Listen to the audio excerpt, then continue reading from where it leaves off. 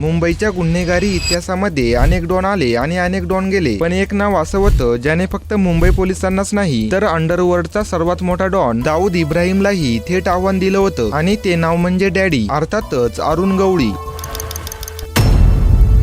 गांधी टोपी, पांढरा पोशाख, चेहऱ्यावर मिशा आणि दगडी चाळीतून चालणारं त्याचं साम्राज्य. एकेकाळी अशी परिस्थिती होती की त्याच्या परवानगीशिवाय त्या परिसरात मोठा व्यवसाय सुरू करणंही कठीण मानलं जायचं. तर या गोष्टीची सुरुवात होते मुंबईच्या भायखळ्यातील दगडी चाळीतून. अरुण गवळी हा मूळचा मध्य प्रदेशातील, परंतु रोजगाराच्या शोधात गवळीचं कुटुंब मुंबईमध्ये आलं. अरुण गवळीचे वडील गिरणीमध्ये काम करत होते. त्या काळी त्यांची परिस्थिती अत्यंत हलाखीची होती. त्याचे वडील कसं तरी काम करून त्यांच्या कुटुंबाचं पोट भरायचे, परंतु 80च्या दशकात मुंबईतील गिरण्या बंद पडू लागल्या आणि हजारो कुटुंबांप्रमाणे गवळीचं कुटुंबही आर्थिक संकटामध्ये सापडलं. आणि याच काळामध्ये अरुण गवळी गुन्हेगारीच्या जगाकडे वळाला. सुरुवातीला त्याने भायखळा कंपनी नावाच्या स्थानिक गँगमध्ये प्रवेश केला. या गँगमध्ये त्याची ओळख रामा नाईक आणि बाबू रेशीम यांच्याशी झाली. पुढे या तिघांची पक्की मैत्री झाली. त्यांनी भायखळा, 7 रस्ता आणि महालक्ष्मी परिसरात वसुली, सट्टा आणि इतर धंदे सुरू केले आणि त्या जागेमध्ये आपलं स्वतःचं वर्चस्व निर्माण केलं. त्यांची वाढती ताकद पाहून दाऊद इब्राहिमने त्यांना डी कंपनीमध्ये सामील व्हायची ऑफर दिली. त्यानंतर अरुण गवळी आणि दाऊद एकत्र कामही करत होते, पण नंतर पैशांचे व्यवहार आणि जमीन वादामुळे दाऊद आणि BRA गँगमध्ये मतभेद निर्माण झाले आणि त्याच दरम्यान पोलिसांच्या एन्काउंटर मध्ये रामा नाईकचा मृत्यू झाला, जो की अरुण गवळीचा खास मित्र होता. त्यामुळे अरुण गवळीला असं वाटलं की या एन्काउंटर मागे दाऊदचा हात आहे. जिवलग मित्राच्या मृत्यूनंतर अरुण गवळीने दाऊद इब्राहिमला थेट आव्हान दिलं आणि हीच ती वेळ होती जेव्हा मुंबईच्या इतिहासात पहिल्यांदाच एका स्थानिक मराठी गँगने डी कंपनीला खुलेआम आव्हान दिलं होतं. त्यानंतर दोन्ही बाजूंनी एकामागून एक हल्ले सुरू झाले आणि मुंबईच्या रस्त्यांवर दिवसाढवळ्या गोळीबार आणि खून होऊ लागले. आणि यामध्येच डी कंपनीने अरुण गवळीचा सक्का भाऊ किशोर गवळी याची हत्या केली आणि हा गवळीसाठी सर्वात मोठा धक्का होता. पण अरुण गवळीही मागे हटला नाही. उलट त्याने त्याच्या भावाचा बदला घेण्याची शपथ घेतली आणि काहीच काळानंतर गवळीच्या माणसांनी दाऊदची बहीण हसीना पारकरचा पती इस्लाम पारकर याची नागापाडा येथे दिवसाढवळ्या गोळ्या झाडून हत्या केली आणि या घटनेने संपूर्ण मुंबई हादरली. त्यानंतर या दोन्ही गँगमध्ये आणखी संघर्ष वाढला आणि त्याच वेळी गवळीने भायखळ्यातील दगडी चाळ हा आपला किल्ला बनवला, जिथे बाहेरच्या माणसाला सहज प्रवेश मिळणे कठीण होतं. त्या परिसरामध्ये 24 तास पहारा असायचा. स्थानिक लोक आपल्या समस्या घेऊन अरुण गवळीकडे यायचे. कोणाच्या मुलीच्या लग्नाची मदत, कोणाच्या उपचारासाठी पैसे, तर कोणाचा स्थानिक वाद, अशा अनेक समस्या अरुण गवळी सोडवायचा. त्यामुळे तो गुन्हेगार असूनही अनेक लोक त्याला डॅडी म्हणून आदराने हाक मारायचे. पुढे 1990 मध्ये मुंबई पोलिसांनी एन्काउंटर मोहीम सुरू केली आणि त्या मोहिमेमध्ये गवळीचे अनेक साथीदार मारले गेले. परिस्थिती बदलत असल्याचं गवळीच्या लक्षात येताच अरुण गवळीने राजकारणामध्ये प्रवेश केला व त्याने अखिल भारतीय सेना हा पक्ष स्थापन केला. 2004 मध्ये जेव्हा तो तुरुंगामध्ये होता तेव्हा त्याने तुरुंगामधून विधानसभा निवडणूक लढवली आणि चक्क चिंचपोकळी मतदारसंघात आमदार म्हणून निवडून आला. एकेकाळी पोलिसांपासून लपणारा माणूस आता लोकप्रतिनिधी बनला होता. मात्र त्याच्या गुन्हेगारी भूतकाळाने आजही त्याची साथ सोडली नव्हती. 2007 मध्ये शिवसेनेचे नगरसेवक कमलाकर जामसंडेकर यांच्या हत्येप्रकरणी अरुण गवळीवर आरोप ठेवण्यात आले होते. त्यामुळे पुन्हा 2012 मध्ये कोर्टाने अरुण गवळीला दोषी ठरवत जन्मठेपेची शिक्षा सुनावली आणि त्याला नागपूर मध्यवर्ती कारागृहात पाठवण्यात आलं, जिथे तो जवळपास 18 वर्ष तुरुंगात राहिल्यानंतर सर्वोच्च कोर्टाने त्याचा जामीन मंजूर केला आणि गवळी नागपूर कारागृहातून बाहेर आला. मुंबईच्या अंडरवर्ल्डचा इतिहास सांगताना डॅडी हे नाव आवर्जून घेतलं जातं.